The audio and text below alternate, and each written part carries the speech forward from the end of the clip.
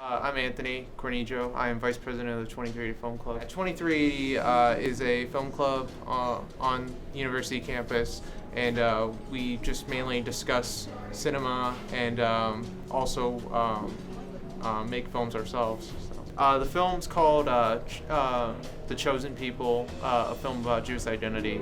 It's made by a local filmmaker, Josh Gibbin, and it's basically just kind of dissecting what it means to be Jewish in today's society. And I think Jewish representation is pretty low, especially on campus. I feel like it's something that's not as, I guess, prevalent on campus. So it's just giving students kind of a new lens on Judaism and Jewish people as a whole.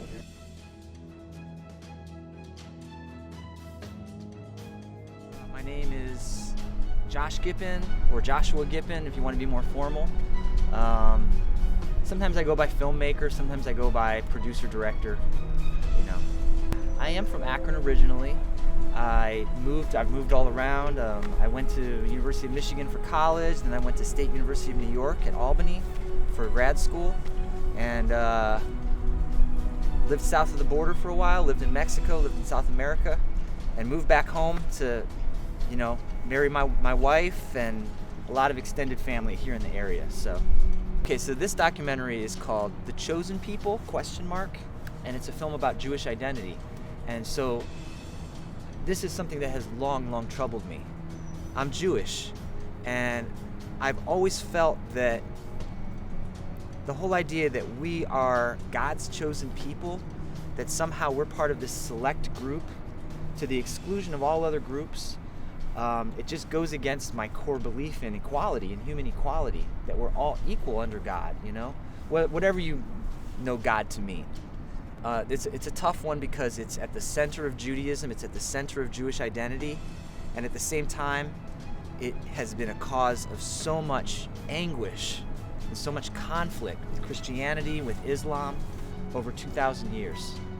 I tried to move beyond my own biases and just give sort of the history and the facts.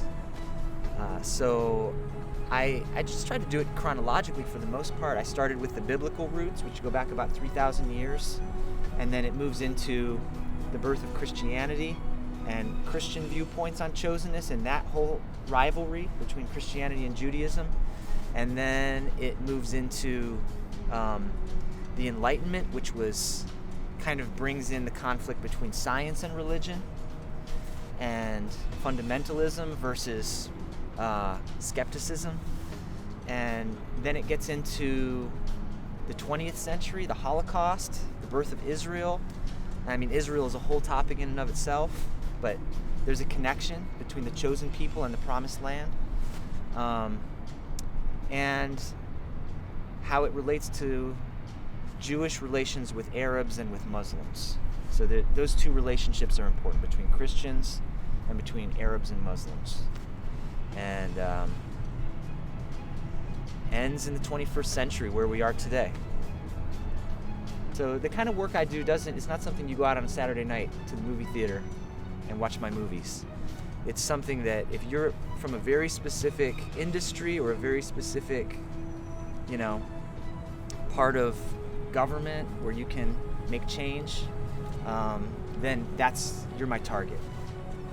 I discovered a small branch of Judaism, a very small, very marginal branch of Judaism called Reconstructionist Judaism, which believes that we should reconstruct and sort of amend Judaism. And so I'm trying to reach out to the largest branch of Judaism, the Reform movement, which also nominally is trying to reform or make change, and try to get them to adopt the stance that we've adopted, which is to just reject altogether the idea that we are anything but equals to everyone else. That's the change I'm trying to make there. We'll see if it happens.